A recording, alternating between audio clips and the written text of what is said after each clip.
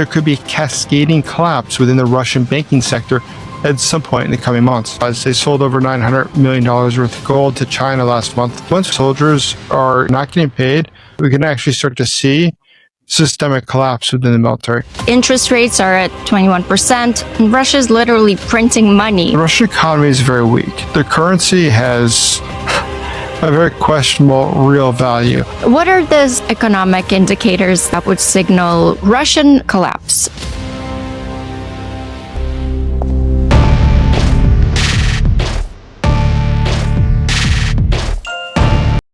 They're losing 1,000 soldiers a day. The ruble is worthless. They've banned Facebook, YouTube, and now Telegram to keep Russians in the dark, and somehow they're still fighting and negotiating as if they're winning. So when does Russia actually collapse? What does that look like? Or are we watching something no one predicted? I'm Slavie, this is Slavacast on channel Yarchenko, and today we're joined by Dr. Jason J. Smart. Thanks for being here. Give us a quick version of who you are and why you've been watching Russia's economy so closely. Sure. My name is Jason Smart. I'm a political scientist that studies specifically Russia. My master's, my doctoral dissertations were about the Putin regime and how it operates. And I myself have been working against the Putin regime since about 2009, 2010. My first publications were about 2007 about the Russian opposition. But either way, in 2010, I was thrown out of Russia for life for being considered a national security threat due to my ongoing work against the Putin regime. It was interesting as it happened.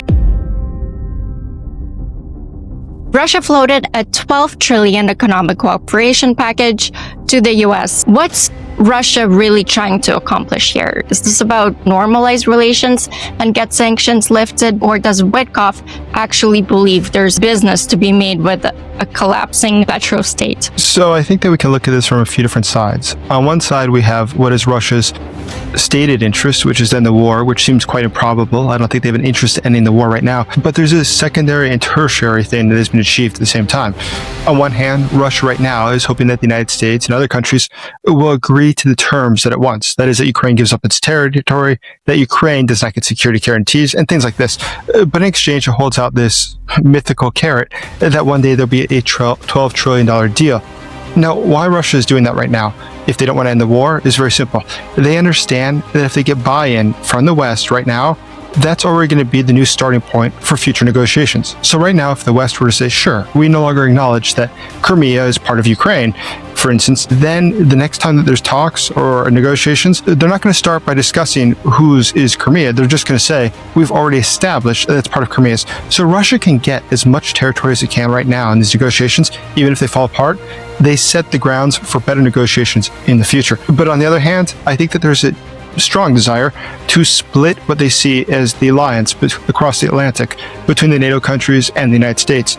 And by offering people or leaders in the United States different opportunities that would be beneficial, hypothetically, to them or to the country, and not necessarily beneficial to Europe, or would cut Europe out of it, that's something that they hope would be a breaking point or a future fault line which they could use to make sure that they are able to keep the West divided and thus not able to confront Russia. Interest rates are at 21%, oil refineries are getting hit, shadow fleet is being seized, and ordinary Russians can't afford food. How long can Putin sustain what's going according to plan narrative when everything in Russia is actually falling apart? So I think that we could look at this from a couple different faces. One is, what was Putin's idea of success? Obviously, when the war began, I think that he did intend for this to be a 3-day special military operation where they would put in a new dictator and he would then be ruling per the guidance of Moscow. Obviously, that didn't work out. But in the current situation, what does he look at and how does he see the situation? So first, in the eyes of Vladimir Putin, he does think that there's progress in Ukraine. It's true, there is progress. Now, it's at a cost that no other military in the world would consider to be victorious. Everybody else in the world would realize is a disaster. And it doesn't make Russia look strong, but rather weak. But in his eyes, at least they're moving forward, even if it's only meters a day. But there's a second attribute of this. How does he understand what is really happening economically in the country and what that means for his own stability or his own regime? Because ultimately, Vladimir Putin, like any dictator, is most driven by what is in his self-interest. You don't become a dictator because you care what other people think. You care about your own interest. And that's how he got to where he is. So right now, he has to make sure that he's able to keep his constituency, those people who are his base, happy. Now, those are not the average Russians. The vast majority of Russians, as you well enough know, Russian history has never cared what anyone thinks out in Ufa. It's always been centered on St. Petersburg and Moscow. And today, to keep those two cities happy, he has to make sure that money is continuing to trickle through. And that's why things like this war, though it's inexplicable for the Russian economy in the long term, it's going to be a total disaster. There's not a question about it. But in the short term, he has a lot of friends and allies who are making a lot of money from this. And them profiting is what he cares about. Because the only people that can really challenge the Putin regime are going to be people that are close to it. People that are coming from somewhere like the intelligence sector or the military sector. The military today is quite neutralized as a threat after Shoigu was replaced, and we're seeing his entire clan being dismantled. But as far as it goes for the other sectors of Russia, whom he has to keep happy, it's important that Vladimir Putin is able to make sure that they continue making money. However, there is a lack of it. And that's why we see right now the nationalizations within Russia, which has shot up a huge amount, as has the number of criminal cases they're taking out against people, the oligarchy, even people who are former patrons of his party, Единая Россия, United Russia.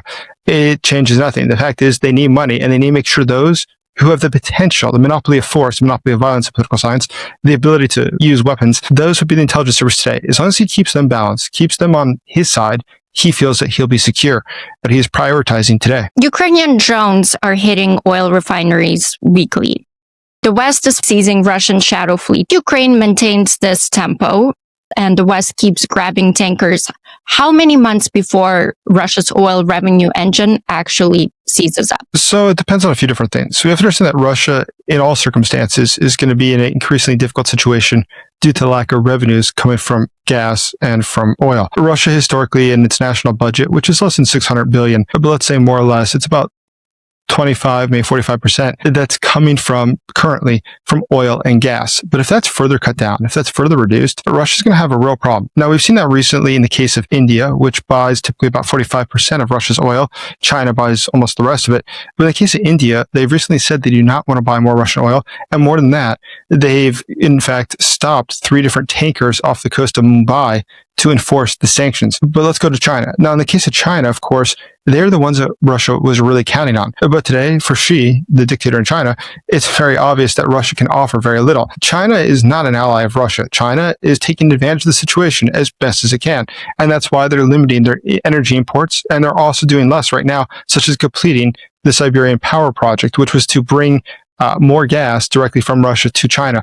But the Chinese are unwilling to pay the cost that Russia is asking.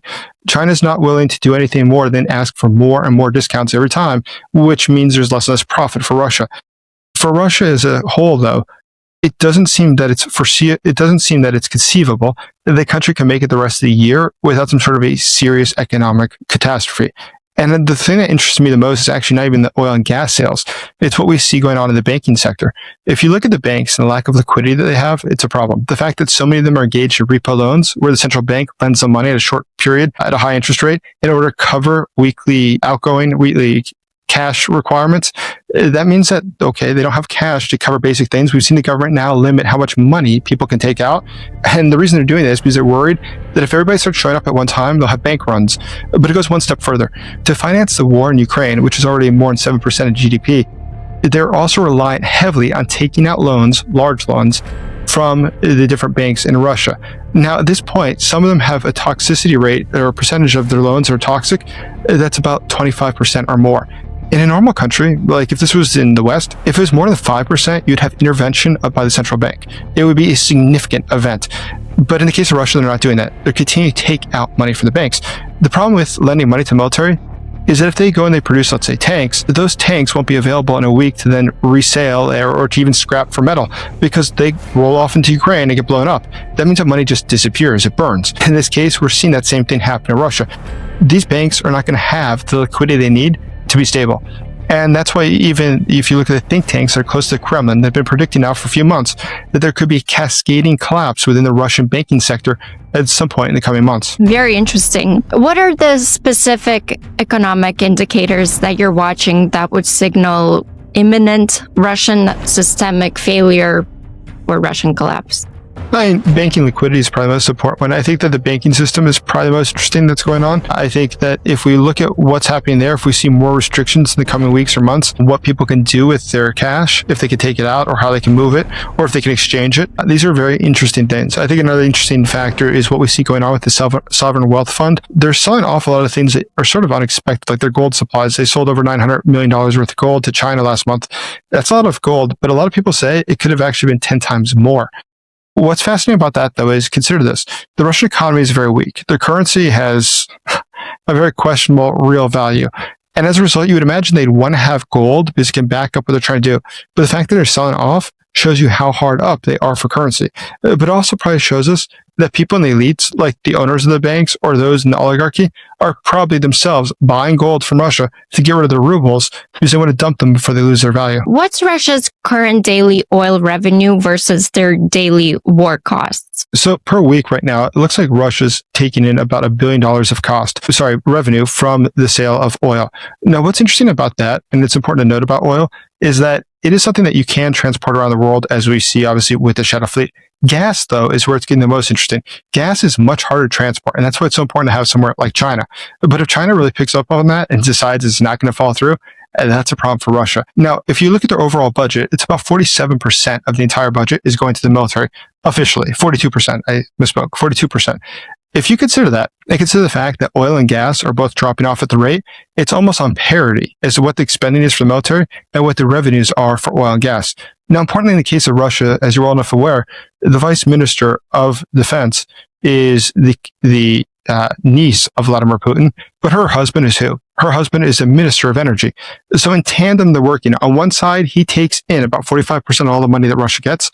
And then on the other side, she receives to spend about 45% of all the money that Russia gets on their military. This is all just eventually it's just a Ponzi scheme to make sure that people close to Putin can make more money from this war. Sounds familiar. Russia is losing 1,000 casualties per day for minimum territorial gains. Even in authoritarian state, what casualty number does this become politically unsustainable? Or can Putin sustain this indefinitely? I mean, from the population standpoint, he could sustain this probably for a very, very long time.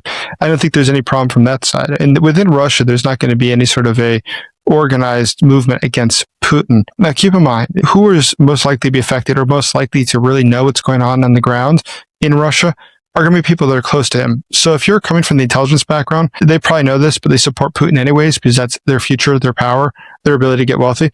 And if you're coming from the military side, you've also been on the take getting bribes for decades. So you know how the system got to this. You don't really want to stress or make too big of a deal out of the fact that everything's a disaster. The reason that raises a question, how to get that way. And so I think that due to Russia's corruption, ultimately, there's a lot that can go on and transpire over time without it being recognized by people as to how grave the situation has become. Now, within Russia itself, it doesn't seem that the people that are currently going off to SVO for the special military operation, as he calls it, are people who are going to be they're definitely not the best and the brightest, but they're also getting paid exorbitant amounts of money. I mean, tens of thousands of dollars. Keep in mind, a teacher in Russia in the course of a year makes about $7,800. A doctor might make about $9,000 in the course of a year. So when you're paying somebody like $30,000 to go join the military, it's sort of shocking to everybody. But also, I think, does show clear desperation in society. The top reason that people join the Russian military today is simply economic in nature. It's not ideology. And in fact, if you look at the Russians, very little do they talk about ideology anymore. We very little hear about the Russian world or liberating parts of Ukraine. It's something they've put to the wayside, I think, because ultimately it's come down to something much more simple, which is that they wish to expand the size of their country, take over territory, and they're willing to pay people exorbitant amounts of money to die for that. That's very interesting that you mentioned that there's no ideological extreme Russia. China is propping up Russia with loans, trade, and buying oil. China doesn't give charity. And what's Russia giving away for this kind of support? Are they mortgaging their future? Well, China today has a significant hand in the future of Russia. And at this point, it's what I think probably the greatest accomplishment of Vladimir Putin is to turn Russia into a future vassal state of China. At this point, they're going to be heavily dependent on China going forward. China, interesting enough, though, has been unwilling to give Russia some of the things that it's requested. A lot of things, actually, that it's requested. And it seems to be, yes, buying less of the Russian oil and gas. Now, all these things combined, it would seem that Russia wishes to see a greater relationship with China, to see it improve, and that they work together. The Chinese are very clearly not interested in that. They're interested in trying to profit from this relationship as efficiently as possible. They're viewing the problems that Russia is facing as an excellent moment for them to be able to get ahead and then to put Russia to a weaker position. By being a weaker position, it means in the future decades to come of negotiations, China will be able to always have some leverage over Russia. And I think where we're going to see the first instances of that is probably be in the areas of Siberia. They're known for having lots of resources and areas that China believes that historically should be their territory anyways. By having de facto control there, they don't want to annex it in the way that, they did with the Russians did with Crimea. The goal of the Chinese would be different. Allow the Russians to be administering it, but give us the rights to the mines there. Give us the rights to all of the different potentials to make money. And by taking that, you're taking away Russia's ability to generate wealth in the future. I've recently seen that it was Chinese propaganda, but they've renamed the names of the towns, like in Siberia, in their history books. So what the kids study in China is in Chinese names. That's Russian territory. It's not surprising. And the Chinese have a long memory for these things. And they do believe, there's Inner Mongolia, of course, in China, but it means there's also Outer Mongolia somewhere. There's entire parts of the Siberian area that the Chinese feel they were cheated out of, that should be their territory, and they would like to get back. And ultimately, the Chinese will get it back one way or another. It's just a matter of time. We see how the Chinese are already activating all of their different fronts, whether it's economic investment or if it's propaganda, in places like Central Asia. Look at the plans now to see the road that they're building, or the transport path from China through Central Asia to get to Europe or to get to Turkey, which would then cut Russia out of the picture. By cutting them out and creating this new Silk Road, as they call it, that would be something be really detrimental to Russia's future. Not being able to be the middleman that gets a cut of everything going through its country would also cut in the revenues. But today, Russia is becoming quite debilitated. If you look at these other countries where China has increased influence, we see that Russia has decreasing influence. That's something that's all part of China's plan. Russia claims massive war production increases like artillery shells, tanks, drones, but missiles don't produce revenue, as you said. They kill Ukrainians and then they... How long can Russia sustain an economy pouring resources into weapons that create zero value and vanish the moment that they're used?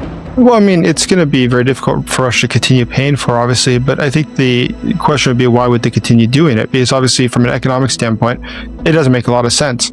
And the reason is very simple, is because Vladimir Putin realizes he has a core constituency to keep happy. Ultimately, Russia and the interest of Russia is best understood as the way we look at feudal states, let's imagine the 1300s or 1200s. It's much more similar to that. You remember Russian history when it's still the Tsar, we'd always hear about the boyars, and it's really no different today. We have Vladimir Putin, we have the center of everything. He is the ringleader. He is the Don of the mafia of Russia. But still around him, there are other clans that are always fighting. And he keeps them divided. That's one of his strategies to keep in power for so many years, is to always keep them sort of at each other's necks. By doing that, it allows him to be the peacemaker. He's the balance of all the power.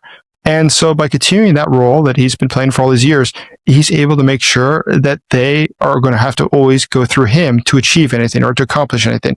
Now, for what you just asked, yes, that ties directly into this, though, because there are certain clans that are gaining a lot economically from the production. And by allowing them to gain money, it means that they are going to stay loyal to him. It means that they will not revolt against him, which is ultimately the thing he worries the most about. So even if it's a disaster in Russia economically, he realizes he still would have some sort of a wiggle room to operate if he keeps the clans that are most important loyal to him and keeps them satisfied with cash. Shifting gears here, Russia has rejected every single U.S. proposal. They're still demanding maximum territorial gains, refusing any compromises. They continue striking Ukrainian civilian infrastructure and energy plants, trying to freeze civilians to death. Meanwhile, Ukraine has shown actual willingness to negotiate. Zelensky said that he will meet with Putin anywhere, but obviously in Moscow. But here's the thing. Steve Witkoff keeps trying to make business deals with Russia, talking money, investments. Russia has made Trump look like a fool repeatedly. At what point does the U.S. negotiating team realize Putin isn't negotiating in good faith? at all? Well, I think the objective here is to do a few things. I think on one side, the Russians are again hoping that they can put pressure on the Ukrainian side, using the Americans as a proxy to achieve that by saying, as you mentioned, first question about this $12 trillion plan. Now, they're holding this out there. It's obviously mythical. There's no way it's ever going to happen. It's just doesn't make sense at all. If the Russian budget is less than $600 billion a year, it's sort of hard to imagine how they get $20 trillion to do a deal with the U.S. But either way, if we look at this and we consider what their objective would be, it is that you get the West, or get the United States, in this case, the White House, to begin believing that there's a way that in the future we'll make lots of money together. It's going to be great, but the Ukrainians are ones preventing us from reaching that point. That's clearly what the Russians are aiming to do. I mean, there's not really a very strong position they could take that makes a lot of sense otherwise. Even the notion of taking the rest of Donbass, or the rest of Donbass that's not occupied, to be given over to the Russians is just patently absurd. The fact is that the Russians have lost 1.2 million soldiers killed or injured in the past 3 years. For the towns that they are currently trying to take, this has been more than 10 years of fighting to get to this point. That shows you how bad off the Russian military is. But just to take the rest of Donbass, which some people think is just very easy to do, it's only a little bit of land. Current estimates are that the Russians would lose another 1 million soldiers killed or injured to achieve that. So it's unrealistic that that would happen either. So right now, Russia is in a difficult position. But Russia, in all of its negotiations, and in the Soviet period, it was the same way. They always do put on a show that everything's fine. They always act like time is not of the essence. And they hope that the other side, which is a democratic country, it just faces things like the news cycle, so they have to have some results. They have elections in the West, which means they have to show the voters that there was something accomplished, that they're under more pressure than Russia is. And that's what they're hoping on. By using these different pressures together and consecutively, they hope that they can get the West to put more pressure on Ukraine to end the war. So what actual leverage does Ukraine have in these negotiations? What leverage does Russia have? And critically, what leverage does the US team think they have over Putin? Well, it's very hard to know what they think, but we can surmise a few different things. One is that I think the Ukrainian side is doing the absolutely right thing by at least putting on the show that they're very serious about negotiations. They're sending very serious delegations. They are very clearly taking it seriously. But I think that they themselves understand that nothing will come of these talks. I mean, I projected back in November, these talks are going to die. It's just a matter of when. But then if you look at the Russian side, they've been a lot less focused on sending top-level professionals. For instance, the Ukrainian side sends Budanov, who's now, of course, the head of the presidential office, formerly is the head of military intelligence, and other people. But each one of these people, if you look at their profession, like the guy from military intelligence, makes sense. He knows how the military works. He knows how intelligence works, understands where a peace deal makes sense or doesn't make sense, and go into fine details about why that is.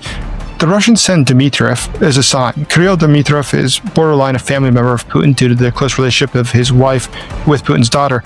But more than that, he's somebody there who is talking about investments.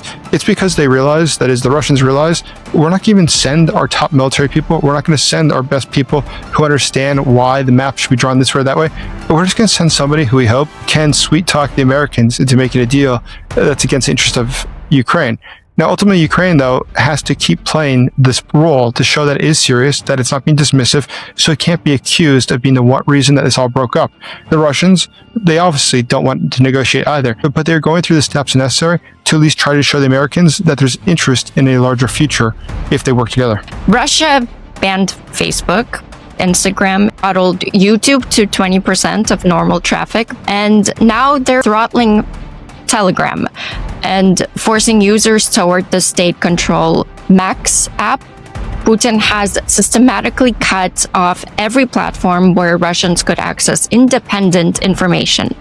Is this information blackout because he knows Russians would revolt if they understood how catastrophic the war actually is? Or something else? Well, I think it's a couple different things. I mean, on one side, when you have Telegram, which the Russians have access to, I have no doubt about that. I mean, anyone that believes that Telegram is secure is crazy. I mean, there's nothing secure about it. That's why when you, for instance, if you have Telegram on your phone and you get a new phone tomorrow and you reinstall Telegram, all your messages download. It shouldn't do that. That means that those messages are being stored somewhere. It means they're on a server, and you can be sure that Russians have access to them. If you use something like Signal, all your messages delete. You've lost them forever because they're not stored anywhere except for on your phone. But in the case of Telegram, it's not secure. And Pavel Durov, the founder of VKontakte and of Telegram, now traveling in the West, has always claimed that it's secure, but I seriously doubt that. but neither here nor there. If we look specifically at why he's doing it, I think right now it's for two reasons. You remember there were protests in Russia, I guess it was about a decade ago, where they wanted to outlaw Telegram. Now, what was interesting about that was that it had the opposite effect. Everybody started downloading Telegram, and there's protests to support Telegram. But if you have access to it, is that a wise strategy for the Kremlin? Because now you've gotten people to switch over to an app that they believe is more secure, but in fact, it's not. That gave the Kremlin more access to people's messages. It means that they left other things like WhatsApp or Signal because they believe that they'll be more secure there. But it was all just a game.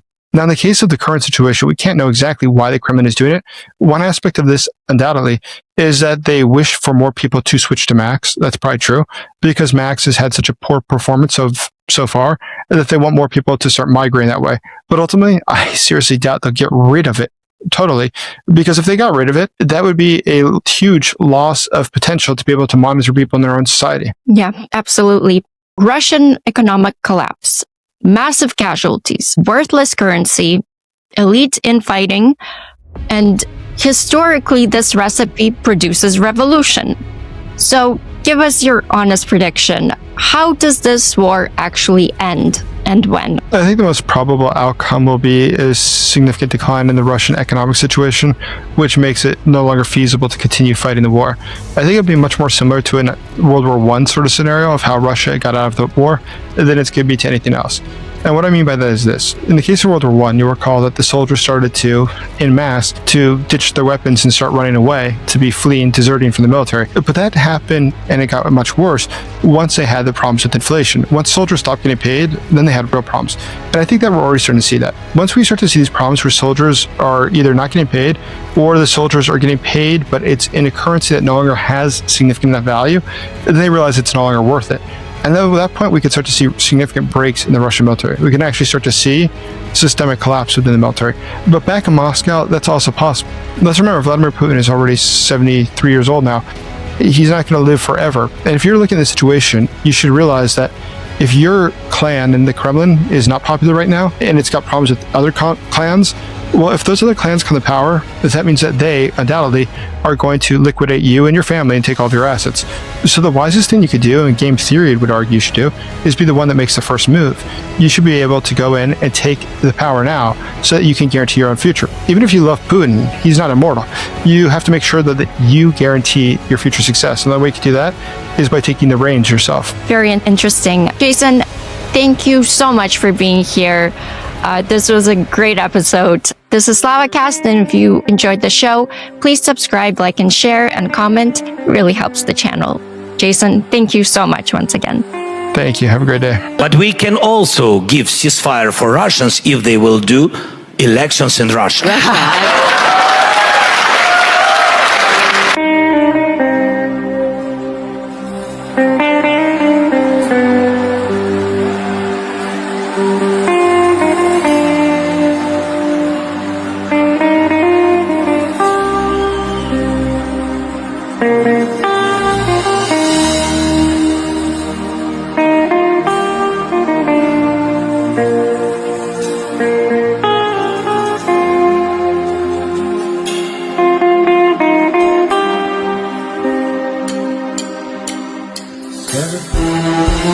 Слава Україні! Слава!